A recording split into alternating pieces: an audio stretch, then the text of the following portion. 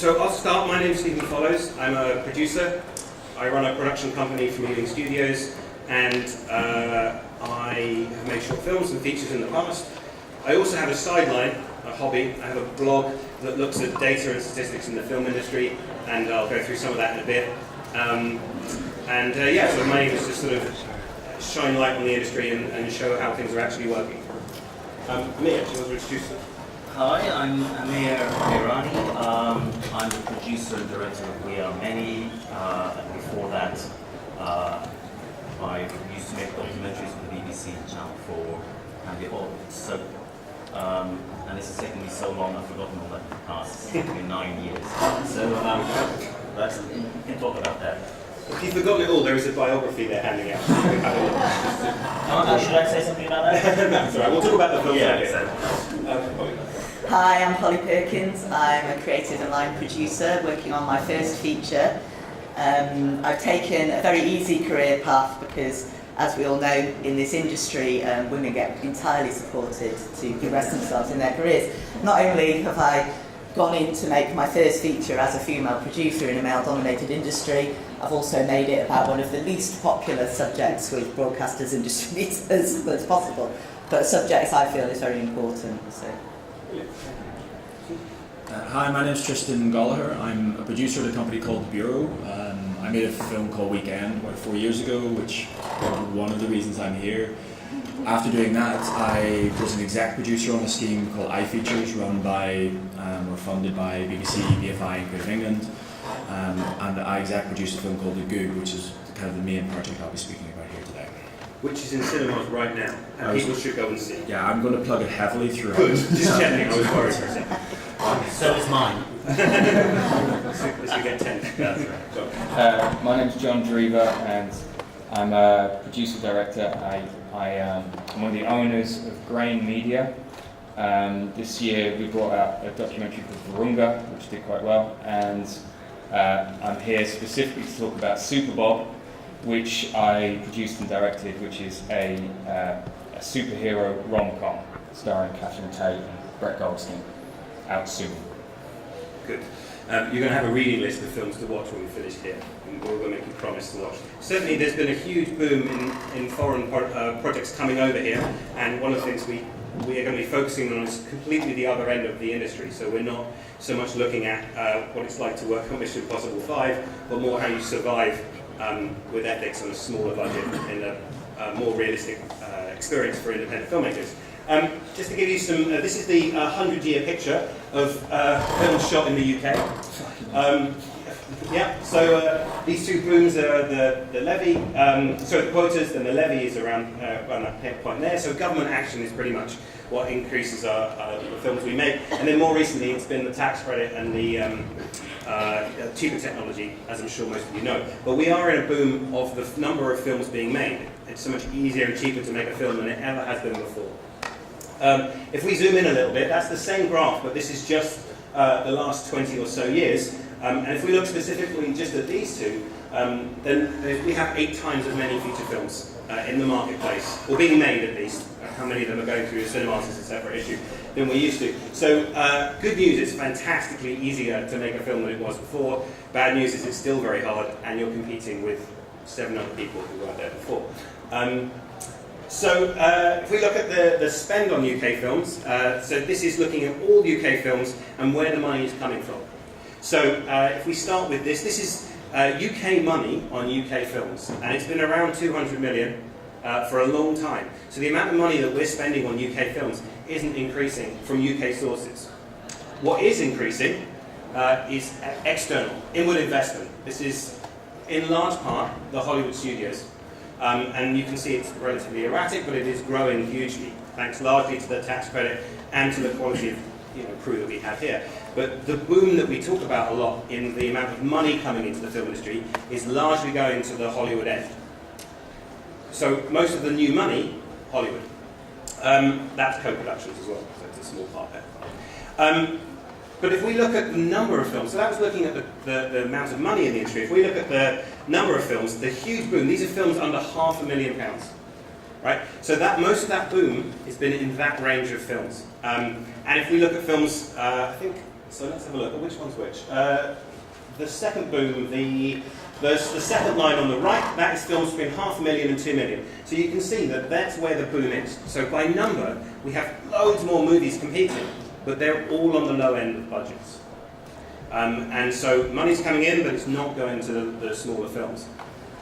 A couple more to have a look at. By number, us as low-budget filmmakers are making the vast majority of films in the UK. So the dark blue shows you films under £150,000. Really, really low budget, micro budget. And the slightly lighter blue shows 150 to £500,000. The top of the chart is 100% of movies. So in 2010, what's that? 65% of movies were made under £500,000. So we are making far more of them, and we are, by number, the vast majority of the films being made. I think I just have one more slide to show you, which is just a bit of mathematics. If you have no more money coming into the industry, into this subset of the industry, and you have an increased number of films being made in this part of the industry, the median budget of British films over the last 20 years has crashed to now about £500,000. Yeah, it's under £500,000 for the median budget. So, as I said, technology has made things cheaper, but there are some things that don't get cheaper.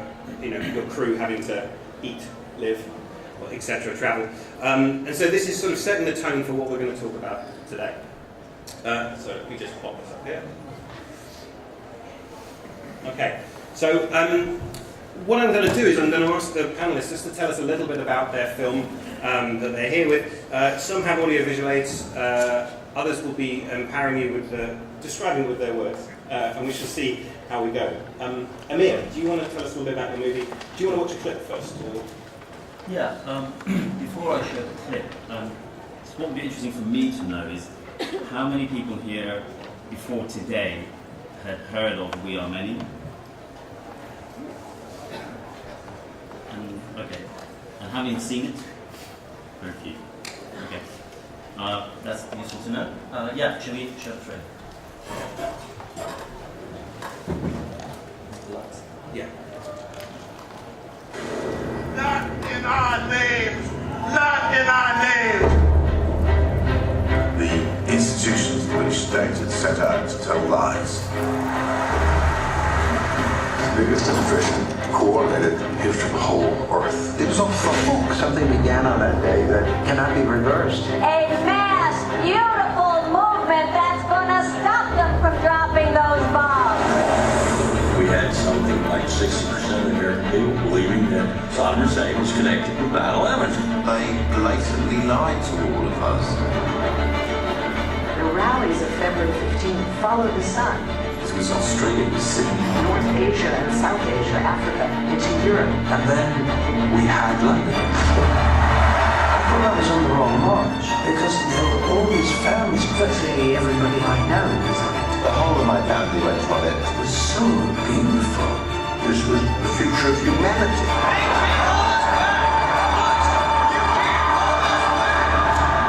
Fellow Americans, let's roll. This bastard is actually going to take us to war. The American people do not want this! It was over. Back on! Back on! Back on! Our victory, not theirs.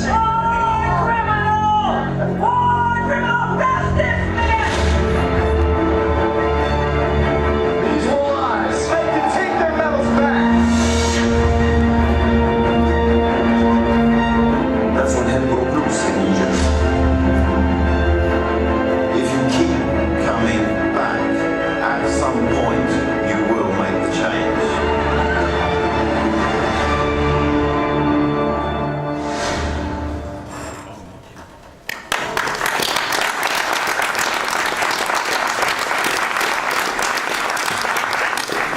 Thank you. I think I'm going to have to lean in. Well, let us know at the back if you can't hear us, all right? I know that that's a redundant statement because you wouldn't be able to hear me say it, but still, just wave if you can just about hear us. Amir, give us a little bit more context about the film and... So the film, I was on that demonstration, so that was in 2003, which was the last time I made a BBC documentary. In 2005, the idea came to me and I began the film in 2006. I looked back the other day, the first interviews I did with Brian Eno and Tony Benn were in April 2006.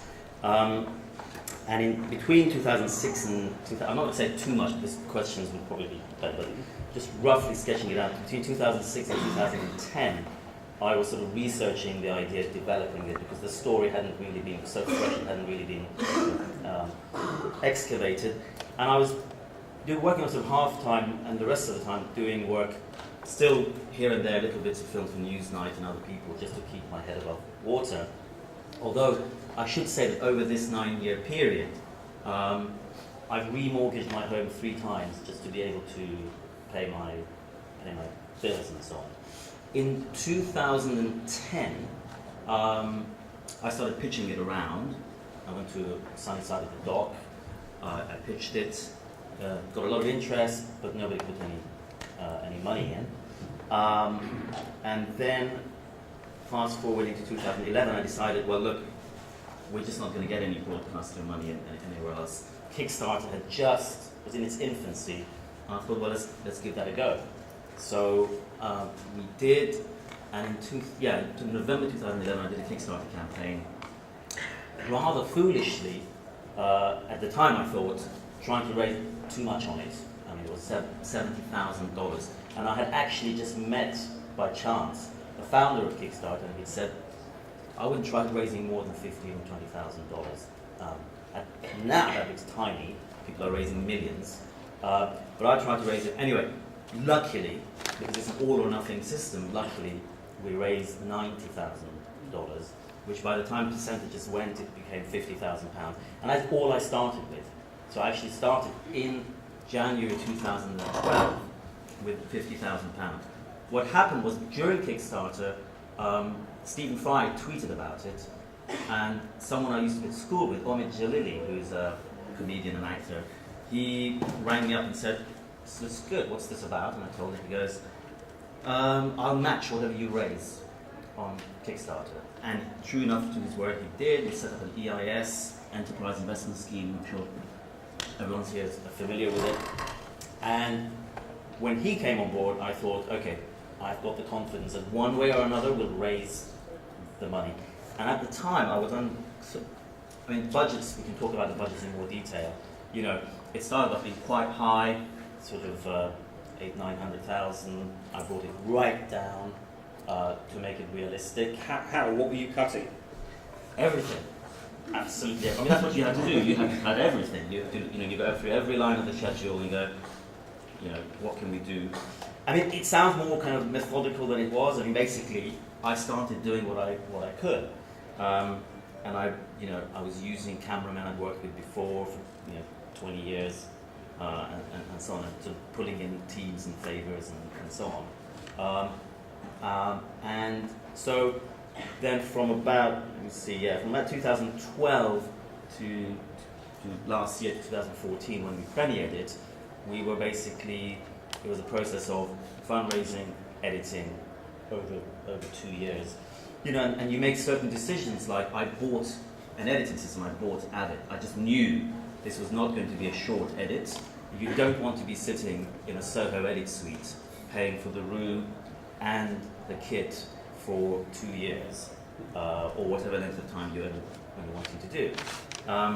So, there are certain good decisions you can make. One of those good decisions is to find good people around you, because actually, although you should pay them, and you should pay them, they will save you money in the end. So you were working with experienced people that you'd worked with from the BBC, who presumably were, is that right? Yeah, so I mean, all freelancers, but I mean, when I was sort of making freelance film for the BBC or going in-house to do that, you build up relationships with, cameramen and sound and, all sorts of things.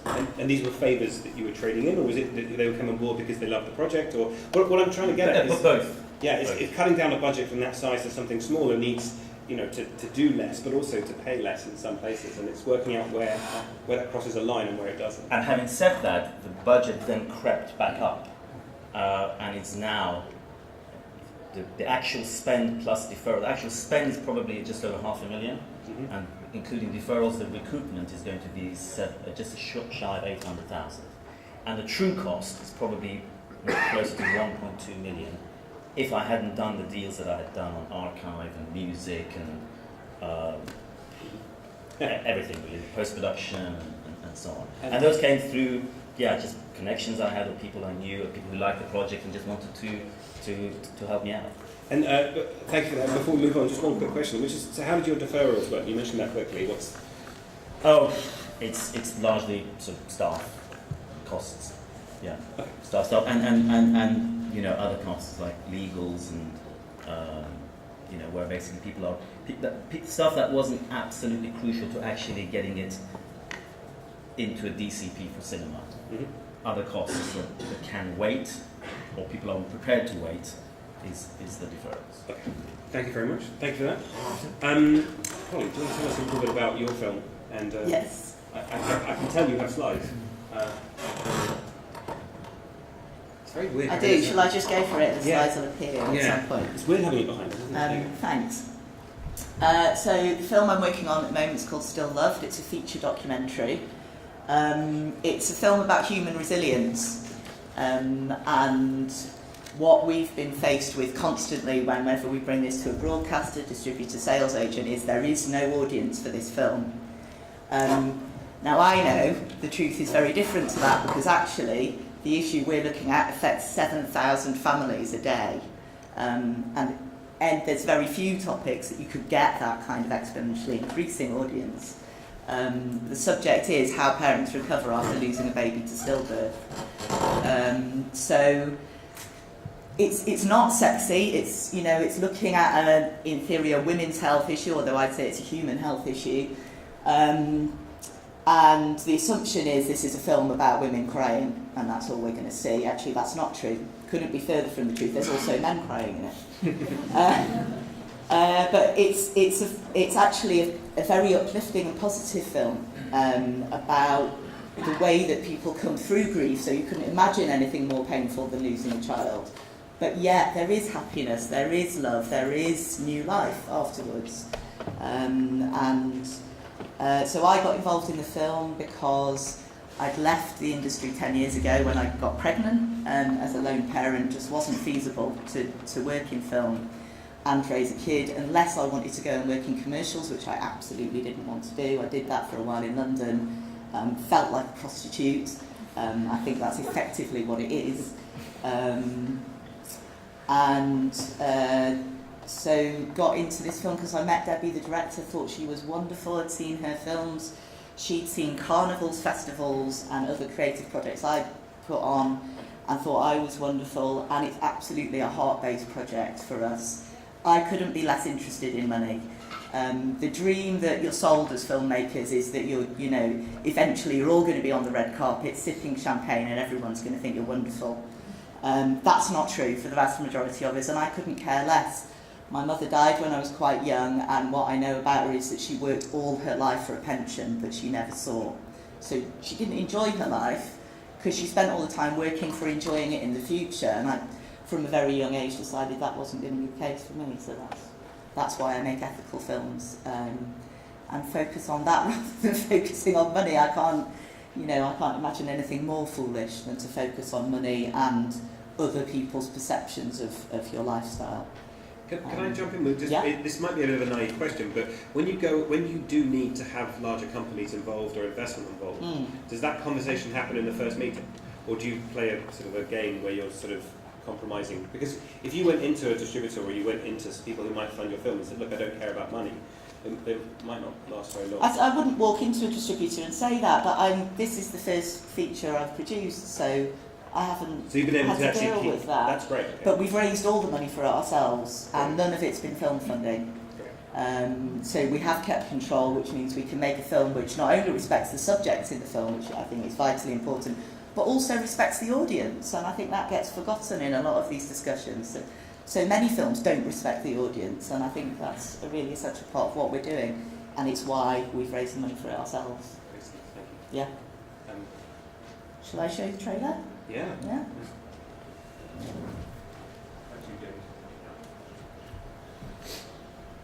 This is a 3-year-old trailer, by the way. I'm just cutting a new one.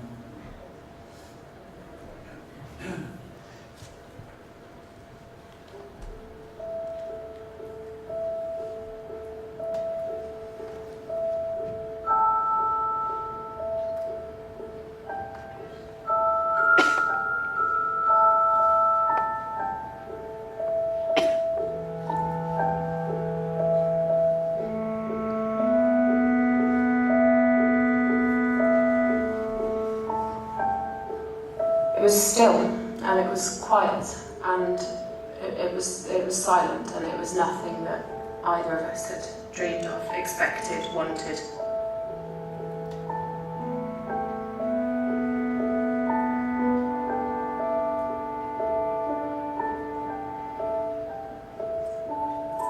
It'll be tough and it'll hurt. I'll probably ache in places I didn't know exist, but I think for me it's more the emotional part, and then coming home with nothing again. That's my biggest fear of the whole thing. I want that joy and happiness, I really do.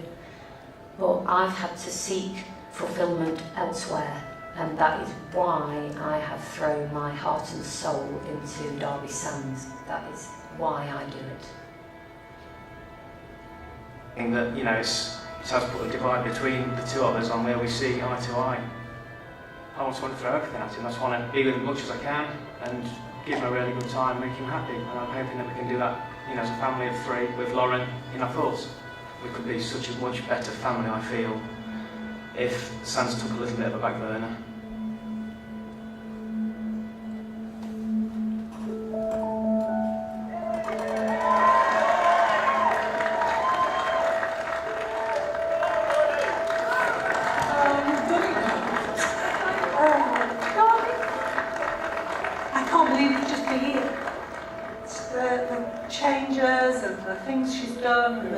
What happened in the last 12 months, wasn't it? Yeah.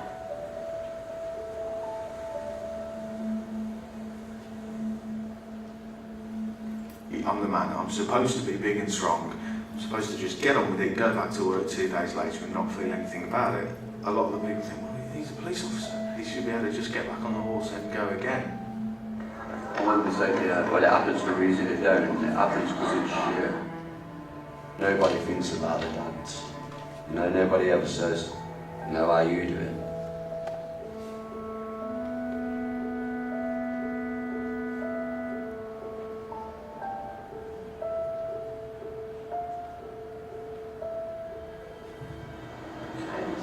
Nice little face for it, beautiful little face. Happy and excited, but then instantly I feel quite a lot of guilt. Then the biggest emotion that overrides me is just fear. It's lovely, and then it always gets overtaken by just insane fear.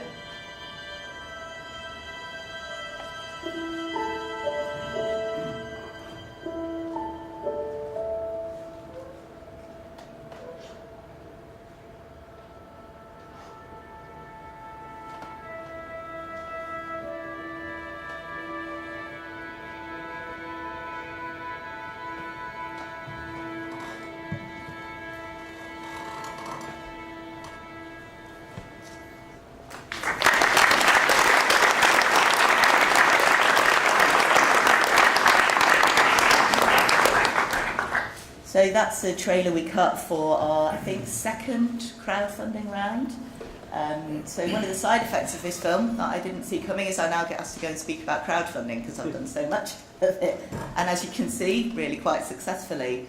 I think with every crowdfunding round we've managed to raise a 10% extra to cover the fees, so we haven't lost any of the money in the end. I wanted to talk a little bit about sort of where we got the money, the rest of the money from, the big chunk, which is at the bottom. So I think the total budget in the end is going to look like about 200, 250. So the Casting the Net Wide, we got money from South London and Maudsley NHS Trust, which is a charitable trust that gives money to projects that look at mental health issues. We got funding from various fundraising events that I organised, like the one you saw with all the lights. That was on International Baby Loss Remembrance Day. Was attended by about 250 families.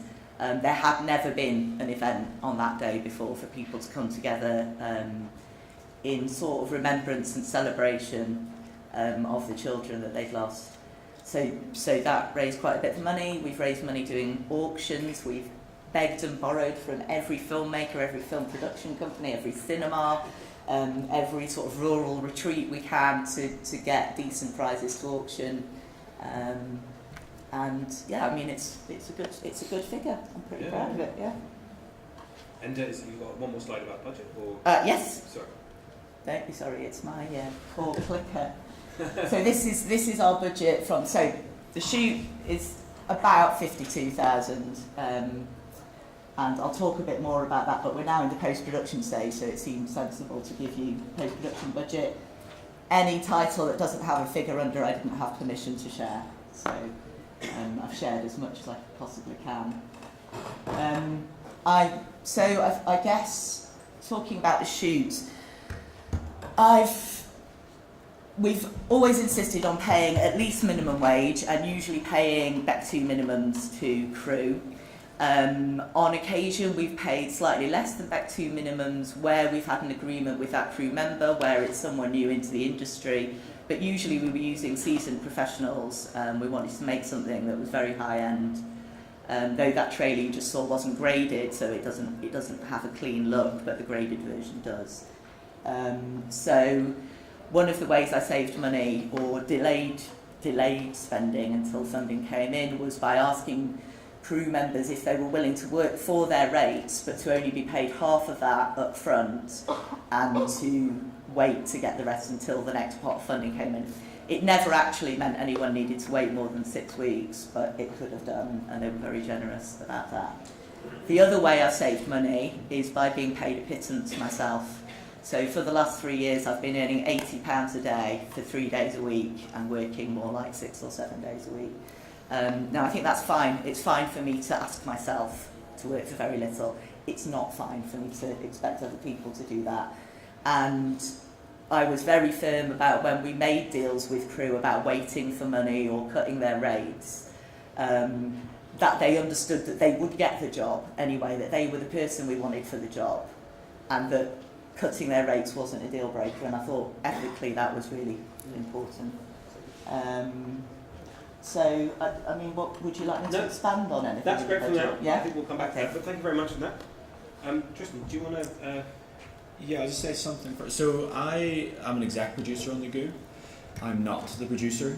I was not one of the people in the trenches every single day on that film. And the two producers who were people called Mike Elliott and Lee Groombridge. The Goo was made through a funding scheme, an initiative called iFeatures, which I mentioned before. I don't know if you're not familiar with iFeatures. Basically, its lead partner is Creative England. And essentially the remit of iFeatures is to try and encourage regional English talent to make films and to tell stories about the English regions, basically. So it is a very specific focus in that regard. My role within iFeatures was really to sit between the producers, as you normally have them, and the financing execs, basically. It means that I was very hands-on through the kind of editorial development process. The editorial process again, we got to pitch it to the editing process, and whilst I wasn't with them every day on the shoot, I actually did speak to them pretty much every single day of the shoot, so I was closer than you might consider a typical exec to be in that regard. The film is actually released today in the cinemas, and we can now show you the trailer.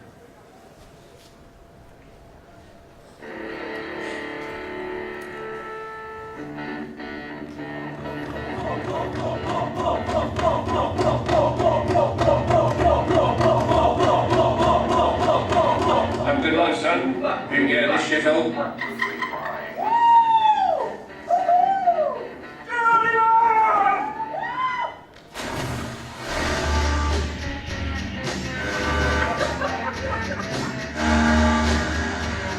And how are you? I'm your boy. Who's the champion of the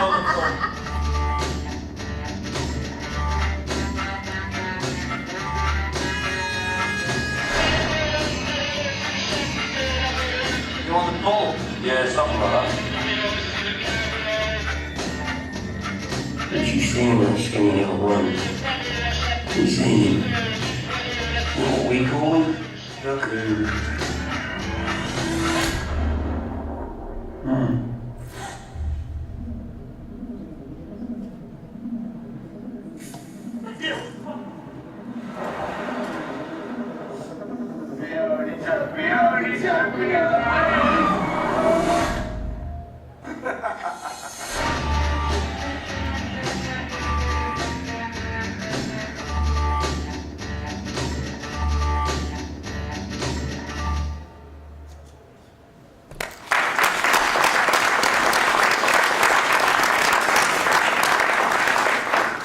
trailer's telling you that it's not all going to be bleak, and there will be some laughs. The budget of all, so there are 3 eye features made in each round, and I was only involved in one round. There's a new one about to go into production now. The budgets are £350,000. In actual fact, the budget of the Goob is more than that. All 3 of the films that were made in sort of my round, we increased by the time before we closed the finance to closer to 400, and then all of them have had some additional support in post-production basically. So in reality the budgets are between 4 and 420, I think, in real terms. The reason for the additional money, you can see from that trailer that it's not a small film. Like, it's not 2 people in a room. It's pretty ambitious. There's a car crash in it. There's stock car racing. There's quite a lot of locations. It's, the film actually, I don't know if that was the best depiction of it, but the film looks great as well. So there's a recognition by the financiers that, okay, if we're going to commission a project with this kind of ambition, and we all have this kind of ambition for it, then we need to, I say we, I wasn't a financier, the financiers were prepared to kind of back that. And then we got into post, the most significant amount of additional money the group got was actually for music, and has a really amazing soundtrack, and it was something that we felt this will make a difference to the life of this movie, basically. It premiered in Venice last year. It then won Best Film at Dinard. It premiered its North American premiere at South by Southwest. It was in London Film Festival. So it's had a really good run of festivals and many others around the world as well. And now we will see what sort of a theatrical life it will have in the UK. Which I might come back to this a bit later, but it will be tough because theatrical life in the UK is tough.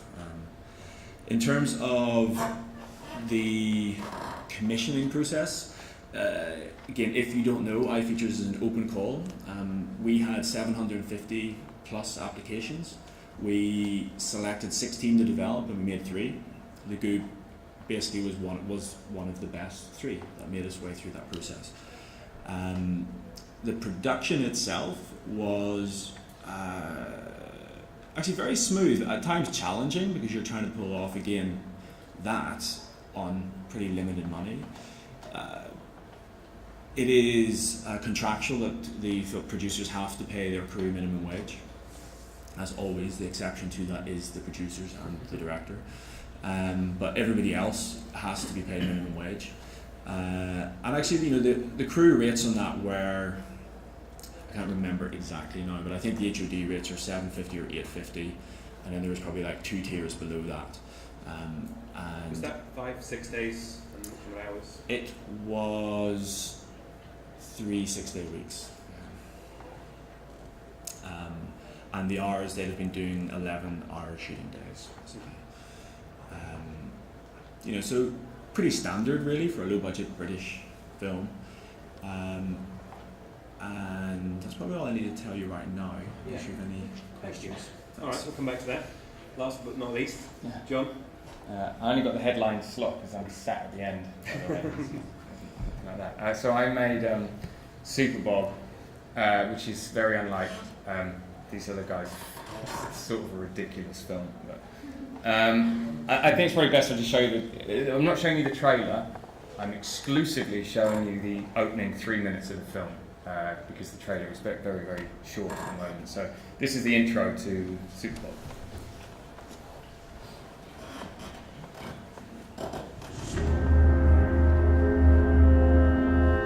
In breaking news, the asteroid WE-2007 now appears to have broken up under Jupiter's gravity, making Earth impact more likely. 007 has entered the asteroid.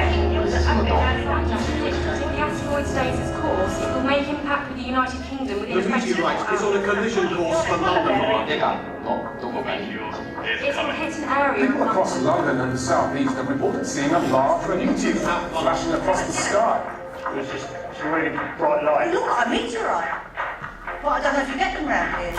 We can now confirm that a meteor has struck in Peckham, Meteorite South will London. impact in the United Kingdom, specifically England, London, specifically Peckham. I thought it was like turning while I died, He only ever gets that look when he sees a bitch across the park. Or a meteorite, I know that now.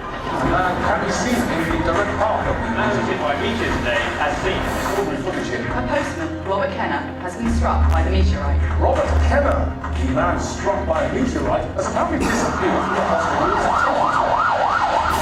There are an increasing number of reports of a flying man seen overhead. More witnesses are coming forward claiming to have seen a flying man in... Where is the flying man? Oh, from the depot, yeah. There may be a link between the meteorite and the flying postman Pepper. It's been getting quicker on this road. And the two things got alike.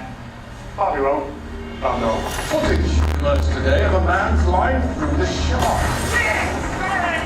Causing thousands of pounds worth of damage. Didn't that looking for Bob what came to us? He had it himself. Hey, Bob! He had no control of his powers. He had to train them up. Flight test one.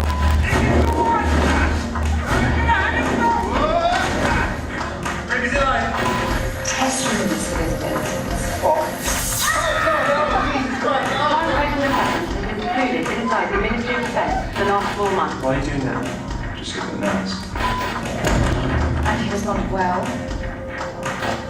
And when we perfected the system, Bob went out into the wild. After months of speculation, the man who developed superpowers has been unveiled by the British government, and his name is Super Bob. I'm very proud of him. And of the work we do.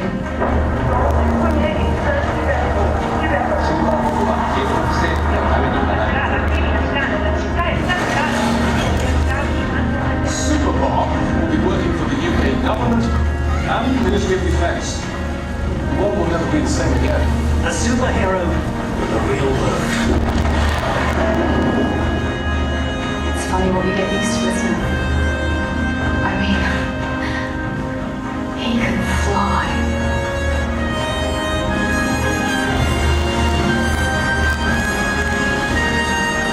Super Bob. Name's a bit wank. It's arrogant in a way, but looks like it's sticking.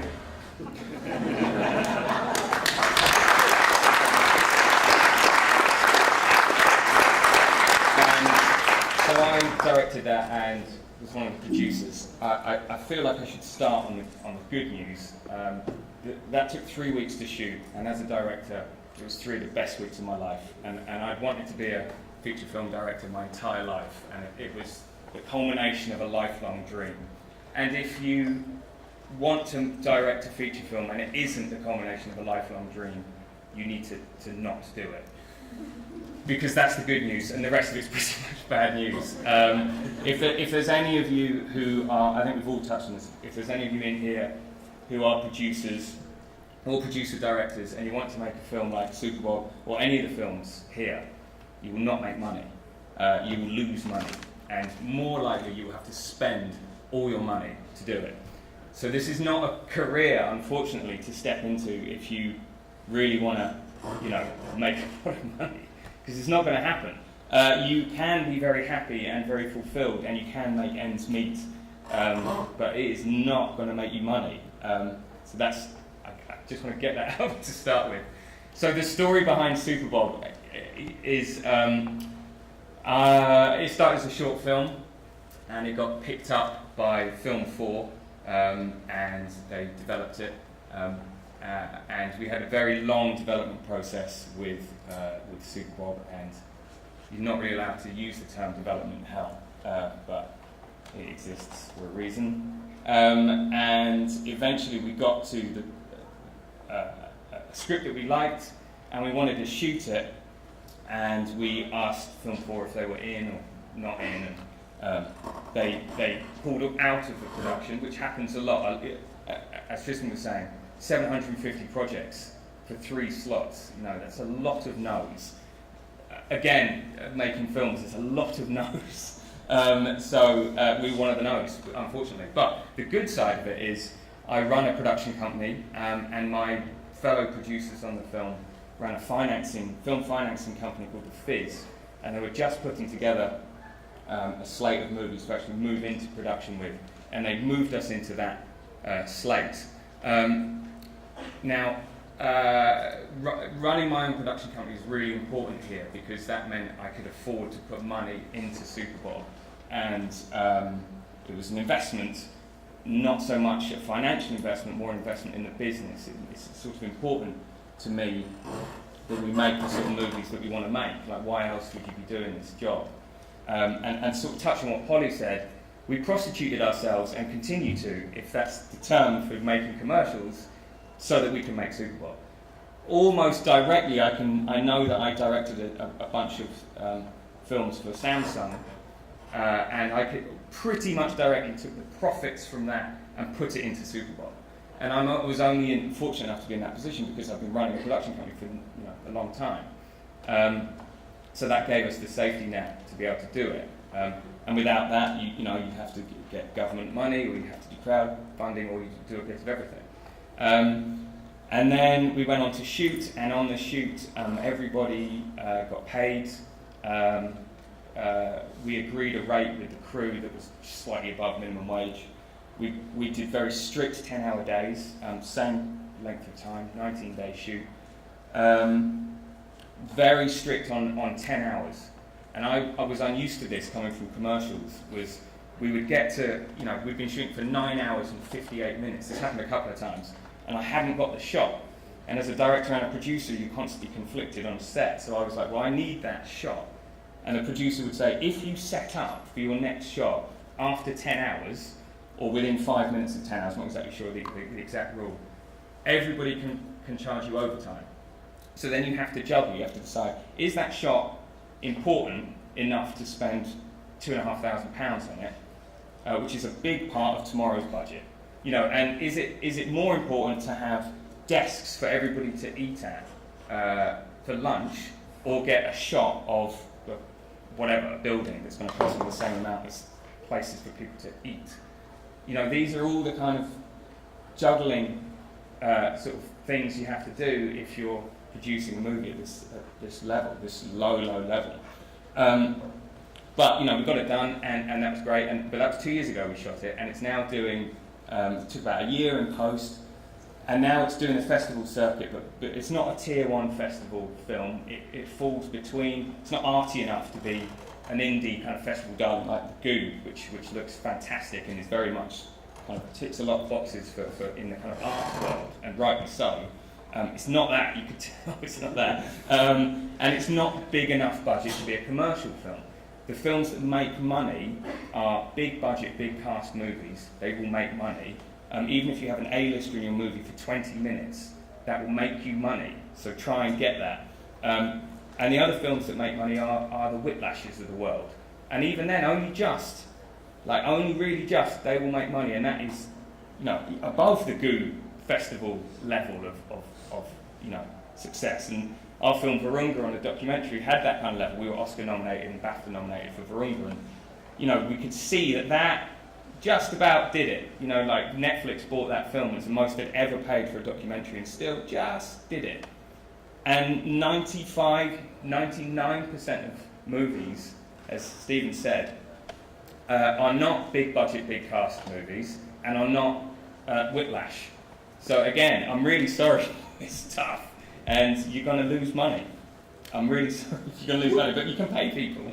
Ethically, you can be fine, but I think they knew it because the room's still full. Right, okay. That's a good sign. Good. But it's really good. Like, I always say to people that directing a feature film is the very, very best job in the world and the very worst job in the world at exactly the same time, every minute of the day. Roughly, what was the budget scale on Super Bowl? So the final budget ended up at around 600 grand. Mm-hmm. I would say, in fact, I have the budget here, I had a look at it last night. About 250 grand's worth of that is deferments. But good deferments, because they're my deferment, the other producer's deferments, some of the writers' deferments. Everybody who was hands-on on that film got paid. So my actual budget to make the movie was about 300.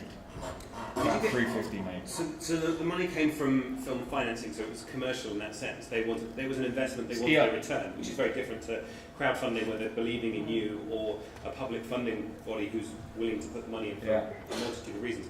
Did you have any pressure from anybody to pay people less? Huge pressure right now. So the next thing that everybody needs to talk about if you're going in to make a movie, the way I see the indie film industry, if you want to call it that, it's almost like an hourglass. So you have, as Stephen, we've all shown, you have a huge amount of films and talent at one end, and regardless of quality, you've got a lot of them. At the other end, hopefully you've got a big audience, but I don't know, but hopefully you've got a big audience for those movies. But right in the middle, this tiny, tiny bunch of distributors, and they have a tough job. They have, 5,000 movies to look at, but literally 5,000 movies. And Stephen's shown you how many movies are out there. And there's a tiny, tiny bunch of people whose job it is to select from those 5,000 to go to the audience. Now, if we as a collective industry of independent filmmakers can try and break that middle bit of the hourglass, then maybe the films that you all make and we all make can make money. But until we can do that, until we can figure out how to get the money from the audience to your film, the chances of making your money back or making a decent living as an independent, if you're just going to make features, is, I think, very difficult. So were there discussions? I mean, how did you settle on that? That's how we're going to pay people. That's the scale and the level we're going to pay people. Because we got in enough budget to do that. So we knew how much we needed to actually make the film, to actually shoot what you can see there, and the rest is bonus. Like if I could get paid, great. But it's so not the going to investors happen. didn't try and push that down. Is what I'm trying to get to is, was there a moment where the investors went, look, we could spend 50 grand less if you paid everybody below the minimum wage, this rate, that rate, or whatever. Please do this, and which you had to stand up, or was it not that simplistic? It's not really that simplistic because first off we were SEIS, which is a brilliant scheme, and that's why our investors came on board. It makes it very tax efficient for private investors to put in money, in that case up to £150,000. But the question of never paying crew, it's not, you have to be legal when you're making these productions. You set up a business, and that business can be audited. HMRC can come and have a look and see how you're doing. We had equity on us. They came to set, make sure we're paying all our actors minimum. Minimum wage or equity minimum? Equity minimum is about 200 a day. So you've got to do it legally. One of the things that producers often forget when they're starting off their productions, they think, I know, everyone on board, I'm not going to pay them well, or I'm not going to pay them, and they won't say anything because they're my friends.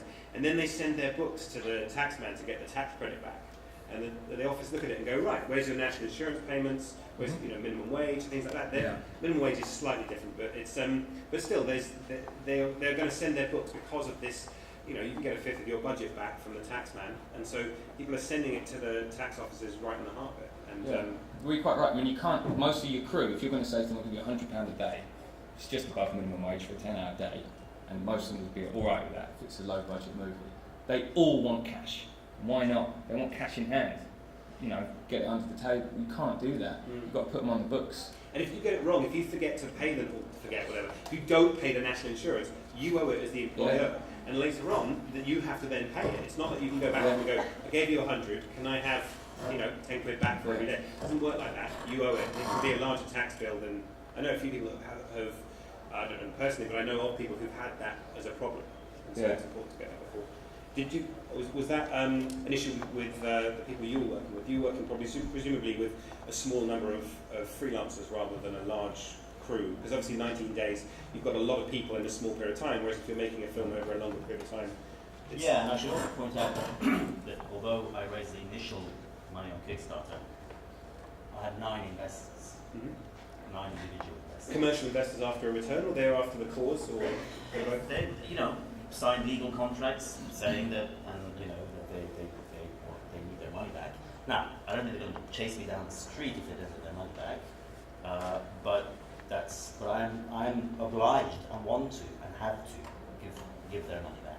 So, and then with regard to, so yes, 50,000 of the 500 and whatever thousand actual spend was crowdfunding. The rest is actually investment. None of them were sort of chasing me around saying, you've got to pay these people this or this, but that was my decision, and I wanted to do that. And in terms of crew, I mean, I work with a cameraman that I've worked with for 20 years. He's 72 right now. So I've worked with him all through this period that I was making the film. We were always very small. He shot and did the sound. And then I worked with, 2 main editors, for example. One was literally fresh out of the National Film School, utterly brilliant, and another was someone I've worked with in television before. So yeah, we don't have, film, feature film sized crews for dramas because we don't need that. But having said that, I filmed in 7 countries around the world, and either took my own crew or picked up people locally. But on the whole, I took people with me. But everyone got paid. Everyone. Don't worry, I'm sure Bectu would check that, otherwise you wouldn't be sick here.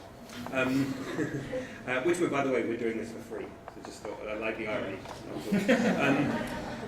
When it comes to iFeatures, what's the regulation? Regulation is probably a strong word, but what checks and balances do they have to make sure the crew are being paid and looked after, and the cast are being paid at an appropriate level? Is there infrastructure to try and make sure that they're all being made to this with the ethics that they've won? Yeah. So the budgeting process is the budget must be signed off by the financiers. So in the period between greenlighting the 3 projects, or the Goob in this case, up until we closed the finance. Closing refers to basically the contractual process you go through when you sign various contracts, locking in your finance, and as part of that, the producers take on certain obligations that they must deliver as well. The budget was one of those obligations that had to be signed off and approved by the financiers. So a lot of my work was working with them to try and ensure that you arrive at a really robust budget which can be as fair as possible and also put as much value on screen as possible. And that's the constant, wrestle that you have as a producer. And my basic approach to that is, if you are being fair, then you are being fair, basically. If you are making choices in how you pay your crew, and if you had to stand up publicly and say that to your crew and you felt that you couldn't defend that, then you're doing something you shouldn't be doing. And you probably know that in your gut already. And so we didn't have to be strict from a top-down level because the producers were working for good people and they wanted to do the same thing. But the basic tenet we followed was, are you being fair? And if someone stops you on set one day and says, this person's getting paid that, can you explain it, basically? And will it be a rational, sensible explanation that they might accept? I think that's the minimum level that we should be operating at. Then in addition to that, you've got minimum wage, obviously. The Bectu rates, I actually don't know what the Bectu rates are. It's very, very tricky at that budget. You can't pay Bectu rates at that budget. I'm really curious how you managed to, you sort of deferred half of it for a certain period of time.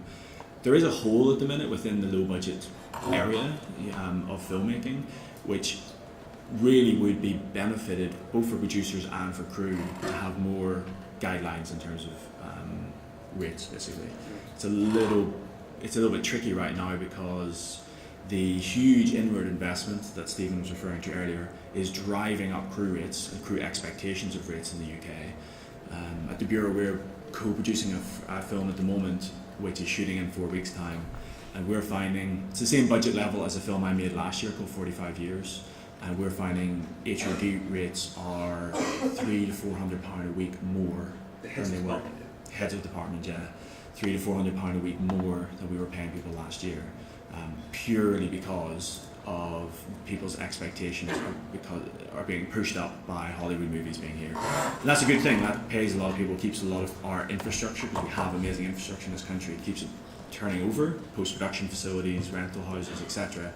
But it is having a knock-on effect on low budgets, and we would definitely be helped with a bit more guidance in that area, I think. Mm-hmm. I'm sure, and I'm going to open up to questions in a minute. I'm sure that there's going to be people on both sides of this, so I'm expecting quite a lively conversation about that. But I guess it is interesting where you look at where the funding comes from, and therefore where the control lies. It has a large impact on those kind of decisions being made. So the money is fundamentally coming through or from a public source or sources. Is going to lead things. It's going to have a higher bar, just because. I think that's just part of what they held to a higher standard, and they're more public. Yeah. But you guys, through Kickstarter and through private finance, you have a lot more control, which is the word that you use, which I think is how you managed to run the film that you wanted to run, because you had control, right? Yes. I think something I didn't mention about how we managed the budget and how we handled crew minimums and all that was that we treated our crew very well.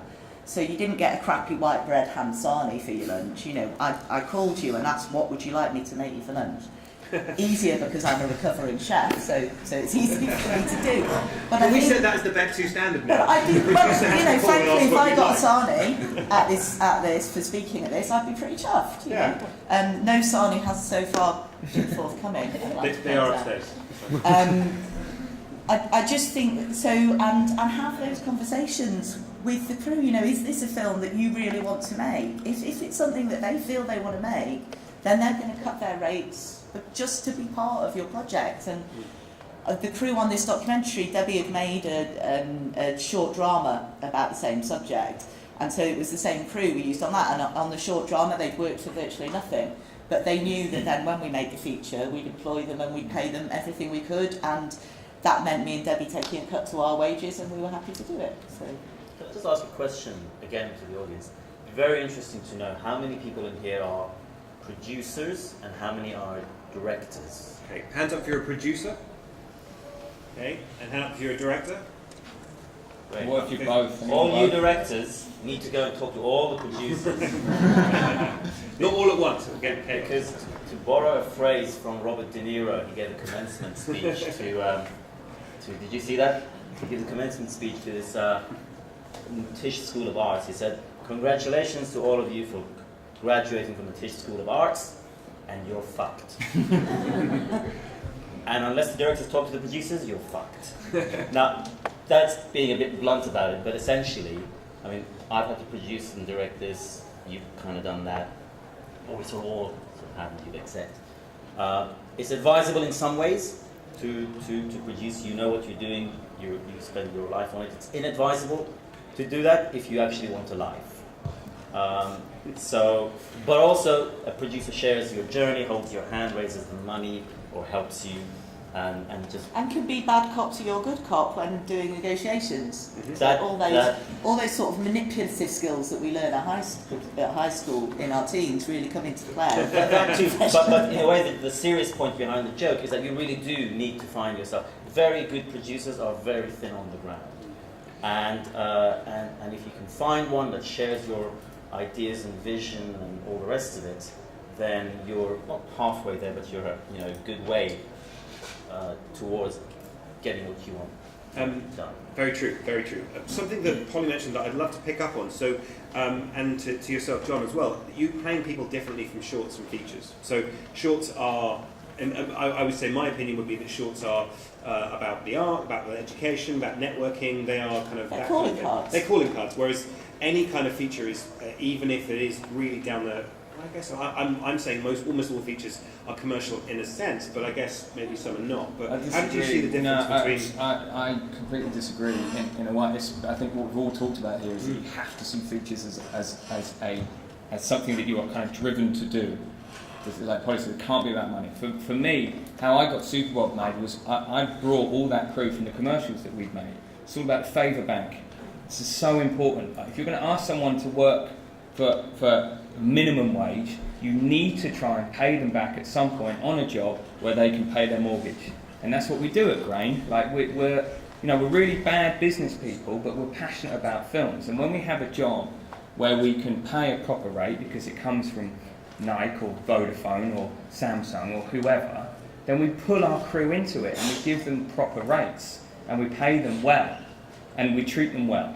And then when we've got a feature or a short or an art project that we're passionate about, we can take that passion and we go to them and say, look, do you believe in our project? And they say, yes. And I say, well, good, because you remember when I paid you $1,000 a day last week? Can you come and do the feature, please, for £100 a day? And they'll go, yeah, all right, because you're fair and I like working with you and I believe in your project.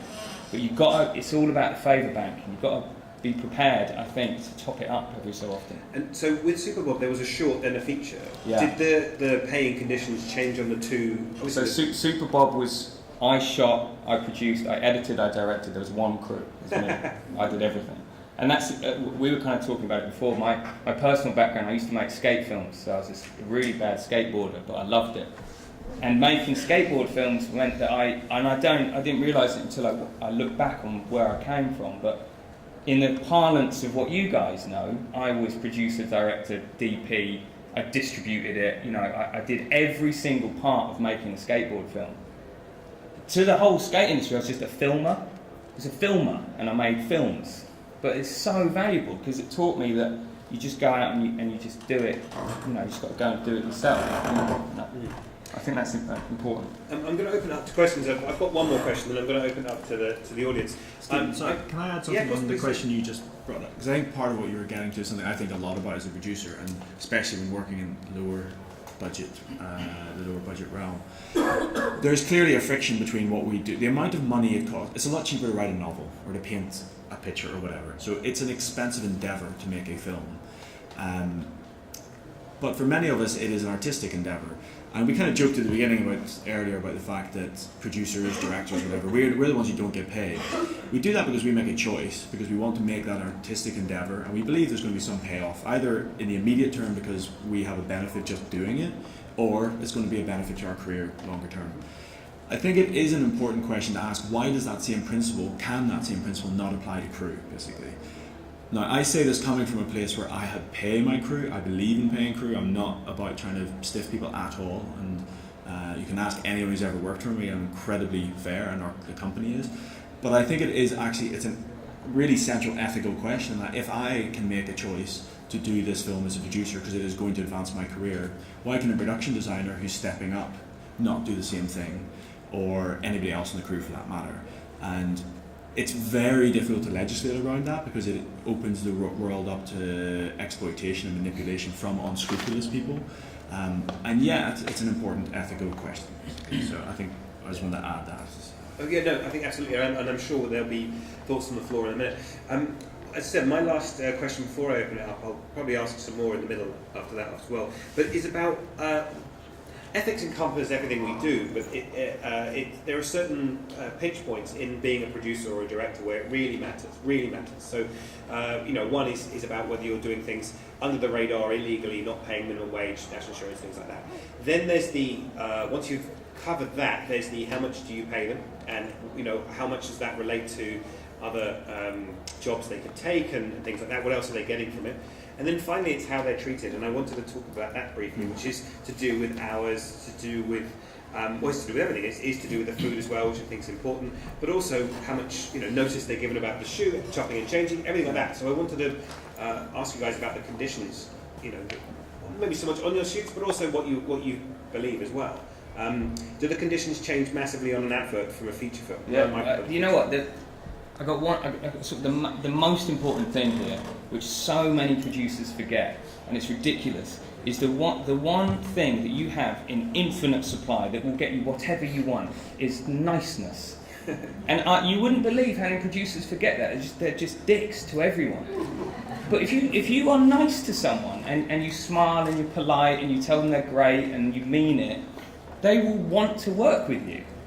It's so simple. I don't get it why no one does it. Like, I've worked with producers that are horrendous, and I'm sure you all have, that shout and bark, and yeah, they're under pressure, and I get it, but so they're I think not saving lives, they're making movies. I mean, I think people get ridiculous a sense of self-importance when they're making a film. You know, it's entertainment, even if it's an important documentary. You're not as important as an orderly in a hospital or a nurse.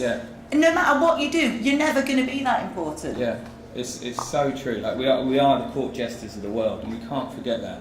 Like, even if we're educating, like the documentaries these guys have made, and the Google, I'm sure, deals with some really important educational, things that are really important to know about. But we got to entertain. And so you want to change the world, be a teacher. Well, one of the things that whenever runners come up and ask about experience, how can you teach me about being a producer? And one of the most important things, I think, is that there are two types of producer. There are producers who find it easier to make films the more they make, or producers who find it harder to make films the more they make, the more people know how they act.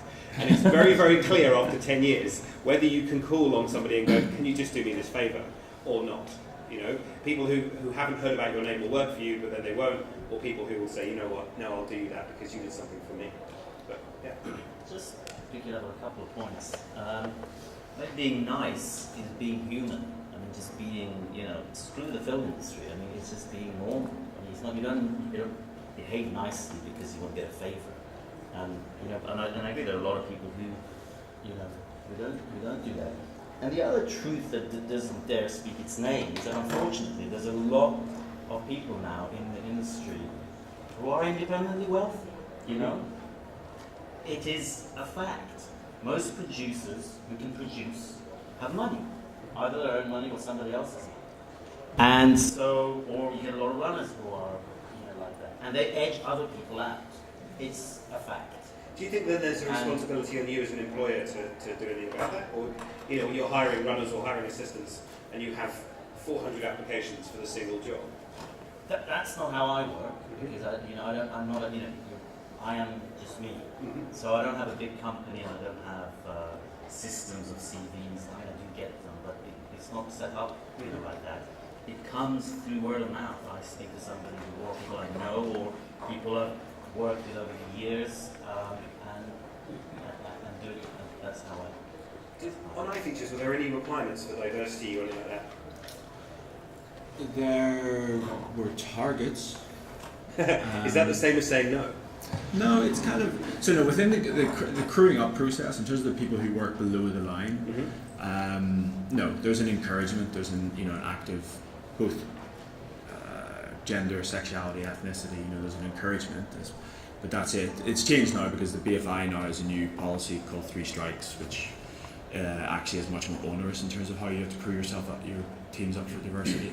What we did have was very clear targets that we tried to hit above the line, but we didn't succeed. It's you just have to look around the room to see it's mostly male, it's mostly white. It's and in the end of the day, when iFeatures, we're trying to make the best films. So supportive as we are to a certain point, you have to commission the best films, and that's a whole other conversation. So sure. Yes, it was encouraged in that, but there was no rules. Okay, thank you. Right, let me open up for questions. There is a mic here running around. Put your hand up, loud and proud, if you have a question. And they're on the opposite side of the room. I'm afraid there's a mic here. Sorry. I'm a little bit. Hold on. Let me try again. Hello? Okay, thanks. I'm just a little bit confused about something. If you've got no budget for your kind of film or documentary or whatever, is it ever okay to not pay your crew anything? Because I've worked for free on kind of Friends documentaries, short films and so on. And also, if you're kind of giving your crew Schedule D grades, which are presumably subject to minimum wage, can you sort of get away with it that way, or get away with paying them kind of less than minimum wage? Well, so my reading of it is that the minimum wage applies to all workers. And so if you're freelance, and Schedule D, if you're freelance, then it doesn't apply to you. But there's a 36-page document somewhere where HMRC have worked, I think, with Bectu about which grades can never be freelance, which tend to be lower down, which grades are, and then some, which I think like DIT, it depends on whether they brought equipment or not. I'm not an accountant here to give you kind of advice, but that's my understanding, and it's worth checking that out. The other exclusions for the minimum wage are if you're working for a charity, so it's a real charity. I know we might think that what we do is charitable because we don't get paid, but that's different. If they're part of a course, a proper full-time education, and they get points for working for you, so some internships, if it's through the school, can be. And then the last one is that if they're truly a volunteer. But the hard thing about volunteers, if you send a call sheet, they haven't volunteered. You've told them when and where to go and what to do. So I think most filmmakers, when they read this, they go, great, everyone's freelance. And then they don't that doesn't work. And then, or they say everyone's a volunteer. But because this fight has happened for a long time across many films, everyone's saying the same thing. I think there are kind of the HMRC and Bectu have reached a point where they expect people to reach. And I think you'd have a very hard time having a runner, an assistant, who is coming up, told where to stand, what to do, what time, and then not pay them. That is clearly breaking the law. They can take you to an employment tribunal, and you're also on the hook for the national insurance. You didn't pay them, and probably a lot of your insurance wouldn't apply as well. So that lower end is a real problem. You making a film with your friends, that probably is a volunteering thing. You're probably above the line. I can't imagine there are very many small shorts that anyone is chasing anyone for, because there's no money missing, there's no standard. We cannot live in such an insane universe where a group of people cannot get together and just make something. I mean, Bectu can strangle me if they want and literally just correct me. I don't know what the full legalities of that are, but it's unconceivable to me that we live in a world where a group of people can't get together and make something. I think it's important, like, if it's people you know, like if you're getting together with your mates, like Stephen Tristan was saying, and you're saying, hey, who wants to make a movie this weekend? You go, yeah, I do. Of course, make a movie. I mean, that's what it should be fun, right? But if I think probably the grey area is if you're putting out an advert and saying, I want a makeup designer, and you get one that you've never heard, I think that's where it starts getting... Employer-worker relationship. I think that's a distinction. Yeah. I think that's a distinction. And also, I mean, there is a discussion to be had about what you were saying, which is, if directors and producers don't get paid, well, without them, there's no film. Mm-hmm. And if we were getting paid, there wouldn't be any film because nobody would pay it. So it's has to be. But you don't. Like my whole thing now, having been through a couple of these processes in the future, is don't worry so much about how you get the film made. Pick up your phone. Like there's no excuse to not make a film these days. You've got to write the right story. Okay, it's how you sell it. Right? How are you going to get the money back? Like if we all sat here and we made a film on Tristan's phone, then we don't have to sell it because we didn't spend anything. We might want to sell it for £100 or whatever. But if you're getting people together like that, that's what you all need in your head for your movie that you're going to make. Is how you're going to sell it, and think about that first. Figure out how much you're going to get for it, and then go back to your budget. Right? Otherwise, we're not going to solve any problems. There is another part of the ethics debate, which is how producers and everyone gets utterly ripped off at the release side. I mean, that's where we are right now. And, I'm sorry, I'm not saying we're being ripped off, but what I mean is that the figures are just nauseating, from every tier, from sales agent. I mean, it's a world of middlemen who basically are there to take as much as they can from you, whether it's sales agents or distributors or cinemas or, I mean, you can make a shed load of money, and what gets back to you as producers and directors, you couldn't buy a cup of coffee with. Kind of. Unless you make 10 million. I think it's the why that's really important. It's why you are doing this project. If everyone's on board to make the film, then that's fine. That context has been set. If you are making this as a commercial entity, which is possibly the opposite or the other end of the spectrum, then clearly there has to be more consideration of, okay, well, if you're going to make money, how am I going to make money? Who's going to fund this? So I guess the why of you're doing it is really important. The why is important. We know the why. People do it because they love it, because it's the passion, because they're driven to do it. They don't want to do anything else. They're artistic and all the rest of it. There's no reason why that should be, it's like saying, okay, you love being a filmmaker, so make the film and forget about making it anyway, because this is just how the industry is. The cinemas take 60% of box office, and then everybody else takes a chunk, and as much as these kinds of ethics need to be dealt with, those kinds of ethics need to be dealt with, but they don't get talked about, those things, and I think they are important, because I hope everyone here does end up making films that end up in cinemas and all the rest of it. Why should you all get screwed? Yes, there's a question here. Do you want to pass the mic? Sorry, there's a lady there who must have our mic. Thank you very much. Hello there, thank you. My name is Claudia Morga. I'm an established television documentary producer and first-time director, and also very proud to be part of the off-screen diversity. I was born in Transylvania. So the questions are about, Polly, you were mentioning about your 4 rounds of crowdfunding. Yeah. Could you talk us through the timeline of that? And you also mentioned the ethical enterprise investment scheme. Could you give us more details about that? Thanks. So the crowdfunding, well, we made the film over the last 3 years. It focuses on 7 families. The initial budget for the whole film was 30,000. And over the course of they say you never wrap on a documentary, and I can tell you that's true. We were filming whilst editing the last scene. We were also shooting the last scene. So things just kept happening that were exciting, and so we'd have to all jump in the car and go and film them. So that's why we ended up doing 4 crowdfunding rounds, because each time we thought this will be the last time, this will be the last time. So the first one we did was with Indiegogo, and the director ran that. It was before I was on the project. I came on the project about 6 months after it had already started shooting, because the line producer they had just wasn't doing anything. So that was with Indiegogo and raised 110%, so great, so I think we got 1,100. The next we did a Kickstarter, again for 10,000, and since then we've done 2 more Kickstarters. They were each about 6 months apart, just to give people a break really, because you have to hit social media so hard when you're crowdfunding. You're endlessly asking people to give you money and they just get sick of hearing it, you know, so I think even if I'd had to choose, I would have chosen to break it down like that anyway, because just people get sick if you're asking for money, and who can blame them?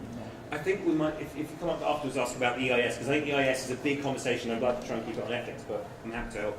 Other questions? Yes, there's some over here. You've got a mic already? Yes. Excellent. So thank you very much for today. I think it has been very enlightening, and also because I had exactly these arguments in mind to mention today. In fact, we have set up a film platform that one of the features includes paying the crew national minimum wage, but at the same time asking people to reduce their rates from, let's say, the £500 a day that they would normally get paid on commercials, because they do believe in the project and they have a passion for it. But at the same time, discuss the rest of the money in deferrals and profit points, all regulated with CAMs and a legal framework. And I wanted to ask the lovely producers from the panel, how do they see the opportunity to making the crew essentially investors in their films, and how do they feel about that in a sort of a shared economy concept with the crew? Thank you very much. I think selling profit points on your film as a stand-in for pay, I would have serious moral questions about that, knowing how few films actually make a profit. I think people get easily misled into thinking points have value, and they very rarely do. So, well, there's a big difference between deferring, as you did, for a particular round of money coming in, and as you said, 6 weeks. Whether that's right or wrong, that's very, very different to deferring to whenever, or deferring to percentage of profits that we're not expecting to see.